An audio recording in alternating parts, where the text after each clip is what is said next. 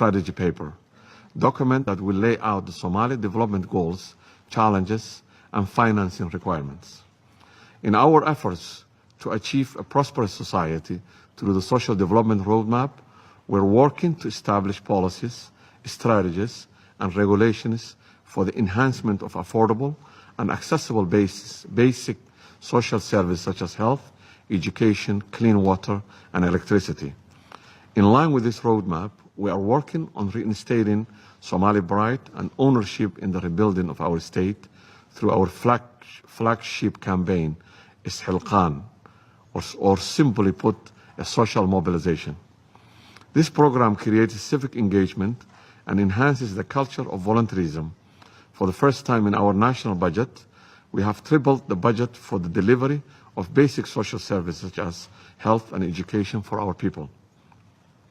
Mr. President, much of the progress listed above has been achieved with a minimum direct investment and partnership with the federal government of Somalia. Real partnership requires commitment, trust, mutual respect. Our past close to 2 years, we have listened carefully to our partners, and we continue to encourage an open and frank dialogue. We acknowledge and offer our appreciation to the UN agencies that continue to provide vital support and assistance to the Somali people. Somalia is a proud member of the United Nations since its independence in 1960 and is committed to the value and principles enshrined with the UN Charter. Moreover, the principles of the respect for the rule of law, freedom of expression and assembly, fairness, good governance, transparency, and due process are all enshrined in our provisional constitution. Ultimately, our leaders' decisions are subject to close scrutiny by our legislative and judiciary systems. This robust check and balance, while protecting the separation of powers, also ensure accountability and fairness. Recognizing that our government obtains legitimacy, first and foremost from its people, we have ensured that the public engagement is a critical pillar in our approach to governance. That's why this government enjoys the confidence and overwhelming support of the Somali people. Our youthful nation is finding its voice and establishing a new form of debate and active accountability through the public forums. We are proud of our active and vocal citizens, and we encourage their engagement with their government and elected officials. We finally believe that our legitimacy, our credibility, ultimately the impact of our decisions depend on the wishes and interests of our people. The Somali people want Somalia to have its rightful place in the community of nations, and with that aspect, a mutual respect and reciprocity, the Somali people demand that their government assume responsibility for its own decisions and shape their future. Somalia, leading international support, not international support leading Somalia. We therefore have a duty to reestablish Somalia's position in the world and to represent Somalia's interests actively in the world stage. For the pride and protection of the Somali people, we have a duty as their representative to give them a voice and represent their wishes and aspirations. Mr. President, allow me to address the issue at hand. Somalia distinguishes between the institutions that we are part of and individual conduct that has a detrimental effect on our fragile nations. Our government is taking Somalia to a new future. It's no more of transitional nature, but a sovereign nation with all its rights and privileges. We are battling against terrorism, clan mentalities, and corruptions. It's our expectation that the leadership of the UN will support that strategic picture. Mr. President, the member states here will agree the proscribed individuals from Al-Shabaab or other terrorist organizations sanctioned by this very institution cannot assume leadership positions without going through a stringent established rehabilitation program.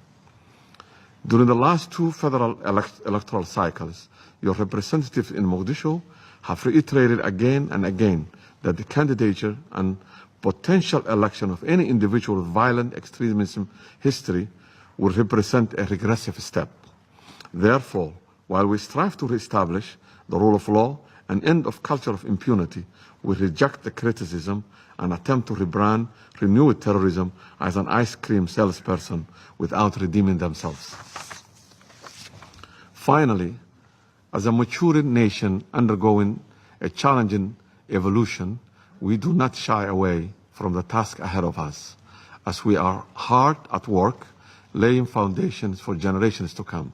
The federal government of Somalia remains committed to our reform agenda to establish effective institutions that abide by our constitution, respect the human rights of all citizens, adhere to international humanitarian laws, and create forces that are accountable, transparent, and able to defend the people, sovereignty, territorial integrity, political independence, and unity of Somalia.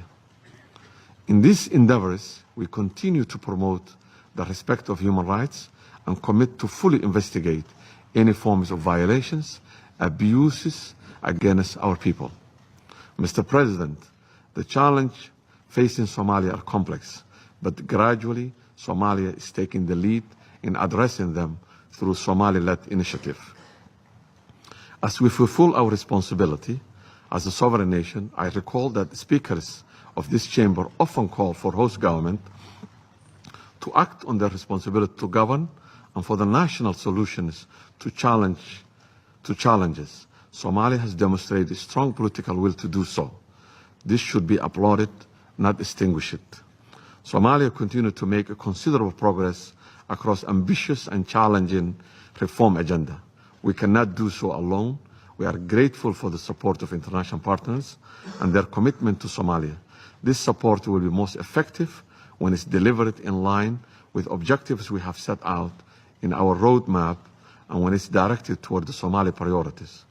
We look forward to continue to work closely with our partners to ally their support, build a rich and bright, prosperous future for Somalia.